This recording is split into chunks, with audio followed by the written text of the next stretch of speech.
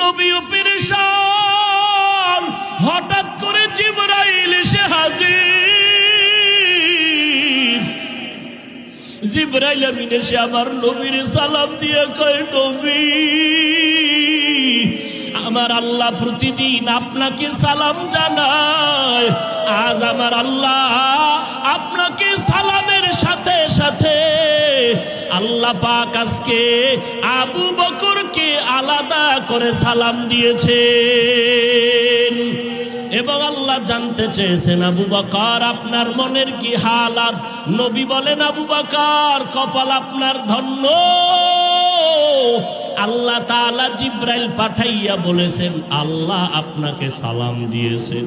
আবু বকর কান্না করে করে পাগলের মতো, আবু বকর আপনার মনের কি হালাত আল্লাহ জানতে চেয়েছেন। আবু বকর কান্না করে বলেন, ও দয়ার নবী, আমি ছিলাম মক্কার ভিতর একটা জাহান্নামের আসামি। কে জানতো, কে চিনতো আমি আবু বকরকে? আমারে তো কেউ জিগাইতো না। আজ আমি আপনার সোহবতে আসার পর আল্লাহ আমাকে এত সম্মান দান করেছেন আপনার সোহবতের কারণে, যে আল্লাহ আজ আমাকে সালাম পর্যন্ত পাঠায় দিছেন। মায়ার নবী কান্না করে বলে, রে আয়েশা, আবু বকরের এই 2 দিনের কুরবানি যদি এক পালায় দেওয়া হয়, আমার অন্য উম্মতের নেক যদি অন্য পাল্লায় রাখা হয়, আবু বকরের সমান হবে না। ও নবীর আশিক উম্মতের দল, এত দামি আবু বকর, কিন্তু তার জীবনের ইতিহাস বড় কান্নার আওয়াজ।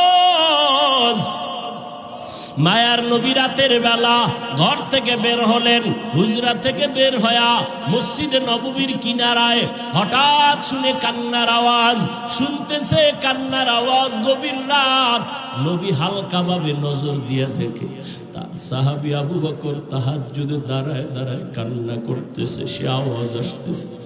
নামাজ শেষের পর আল্লাহর নবী বললেন, আবু বকর আপনি কাঁদলেন কেন? আবু বকর বলে, নবী, হাসরের ময়দানের ভয়ে আমি কান্না করেছি। বলে, কেন কান্না? আপনার তো জান্নাতের টিকিট আল্লাহ দান করেছেন। আবু বকর বলে, নবী, যদি আল্লাহ রাগ করিয়া টিকিট ক্যান্সেল করে দেয়, তখন আমার উপায় কি হবে রে নবী? আপনিই তো হাসরের ভয়ঙ্কর অবস্থার বয়ান করেছেন।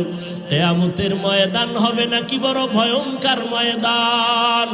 সূর্যটার আলো বন্ধ হয়ে যাবে, ওদিকে সমুদ্রের পানি গরম হয়ে যাবে। আল্লাহ তাআলা রাগান্বিত আওয়াজ দিয়ে বলবেন, ওয়ামতাজুল ইয়াউমা আইয়ুহাল মুজরিমুন, ও গুনাহগারের দলেরা, নেককারদের থেকে তোমরা আজ আলাদা হয়ে যাও। নেককারদের আমলনামা ডান হাতে দিব, গুনাহগারদের আমলনামা বাম হাতে দিব। অন্যদিকে সূর্যের গরম, আবার জাহান্নামের চিৎকারের আওয়াজ। জাহান্নামের আওয়াজে জাহান্নাম চিল্লায় বলবে, আল্লাহ, বেনামাজি গুনাহগার গুলো কই? সব আমার পেটে দাও। জাহান্নামের আওয়াজে হাসরের ময়দানটা থরথর করে